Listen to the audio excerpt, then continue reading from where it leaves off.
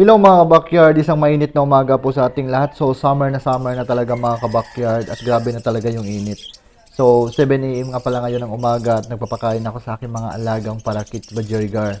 Saka nagbibigay din ako ng mga vitamins mga kabakyard. So ang pag-usapan natin ngayon mga kabakyard, paano makaiwas sa heat stroke sa ating mga alagang ibon.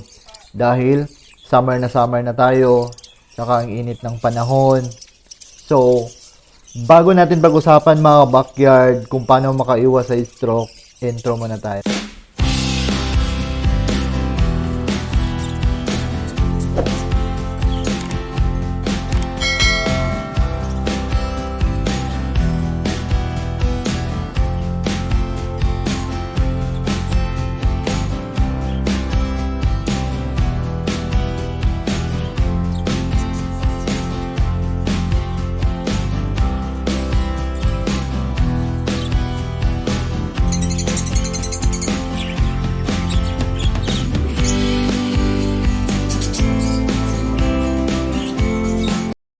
Hi mga kabakyard, nandito na nga pala ako ngayon sa aking ibunan. So welcome back again sa aking YouTube channel mga kabakyard.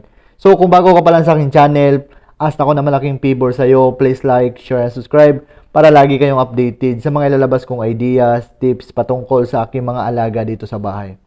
So ang gagamitin ko nga pala ngayon mga kabakyard sa pagpaligo sa aking mga alagang ibon is yung spray na hinahawakan ko ngayon. So ang parisan na to is ito yung parisan na yellow TCB na English Bajico at saka white TCB. So, ang nakikita nyo po ngayon sa labas mga kabakyard is yan po yung male. So, ayan, nag-start na nga pala ako magpaligo sa kanya. And then, dagdag tips ko din sa inyo mga kabakyard, pag once may itlog yung alagang ibon nyo, is huwag nyong masyadong basahin sila kasi may posibilidad na mabugok ang kanilang mga itlog. So, ang gagawin nyo lang, para medyo lumamig ang kanilang surroundings sa loob ng kanilang cage, so, basahin nyo lang yung nest box nila at saka yung kulungan nila. So, tama-tama lang yung pagbasa mga kabakyard para makaramdam ng malamig na area ang ating mga alagang ibon. Dahil maganda talaga mga kabakyard pag once nag-spray tayo sa ating mga alagang ibon, lalong-lalo na ngayon na summer na, napakainit ng panahon, at saka maraming posibilidad na magkaroon ng heat stroke o madaling mamatay ang ating mga alagang ibon dahil masyado nang mainit ang panahon. So dapat ang gawin natin is mag-spray tayo sa kanila. So ang pag-spray ko nga pala dito sa aking ibunan mga kabakyard is nag-spray ako ng isang bisis sa isang week mga kabakyard, nag-spray ako sa kanila. Kaya ginagawa ko to dahil napakainit nga ng panahon para maiwasan ko ang heat stroke sa aking mga alagang ibon. So, wala namang nangyayaring heat stroke sa kanila mga kabakyard dahil sa ginagawa kong pagpapaligo sa kanila.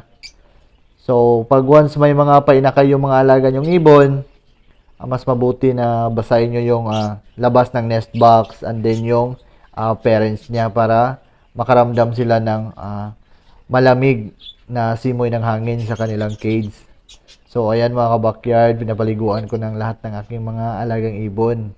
So, enjoy na enjoy po sila sa pagpapaligo sa kanila at saka gustong gusto din nila. Maganda kasi na gagawin natin to sa ating mga alagang ibon para medyo lumamig din yung katawan nila. Katulad din sa atin mga kabakyard sa tao. Pag once, 3 araw hindi tayo naligo at saka napakainit ng panahon. So, grabe talaga mga kabakyard.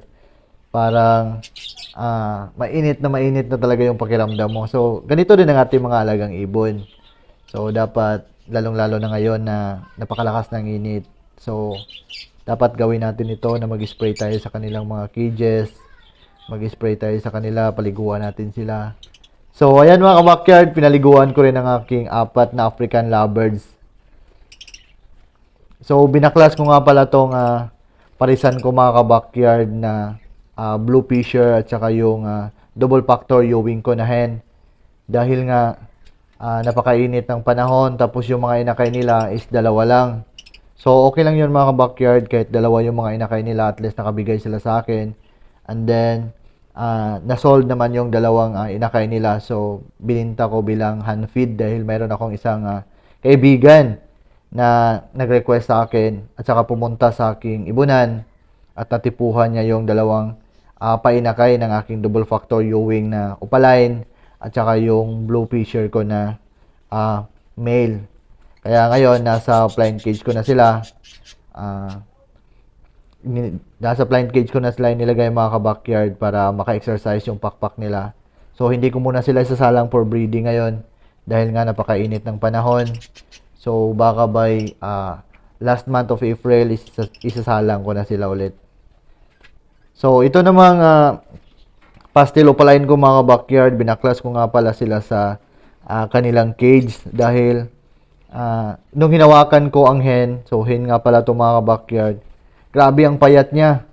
Kaya mabuti na lang naagapan ko agad at saka nalagay ko na siya dito sa aking single cage na nursery cage sa aking mga parakit. So, inalagaan ko siya ng maayos. So, ngayon mabuti-buti na yung katawan niya. Medyo tumaba na siya ng konti. So, I hope makarecover siya para by the next month is kung kondisyon na yung katawan niya at saka maganda na, pwede natin siyang isalang ulit for breeding. So, dito naman sa aking cobalt blue at saka pie yellow ko mga backyard, meron din silang mga painakay sa nest box nila. So, hindi muna natin sisilipin dahil pinaliguan ko muna sila.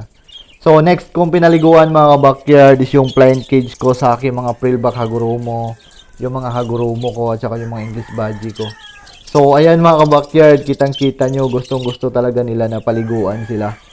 So, ayan, feel talaga nila na medyo lumamig yung katawan nila mga ka-backyard. Lalong-lalo na yung English budgie ko mga ka-backyard. Oh.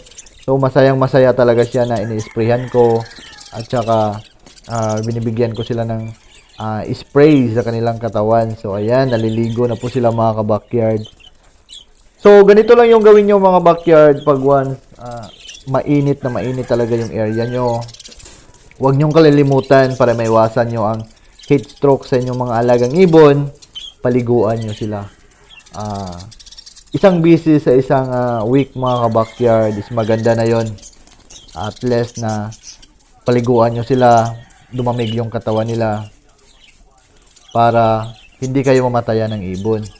So, dito na magtatapos ang vlog ko mga ka-backyard. I hope may natutunan kayo kung paano maiwasan ang heat stroke sa ating mga alagang ibon. So, God bless po sa ating lahat mga ka-backyard. Don't forget to like, share, and subscribe para lagi kayong updated sa mga ilalabas kong videos patungkol sa aking mga alagang ibon sa bahay.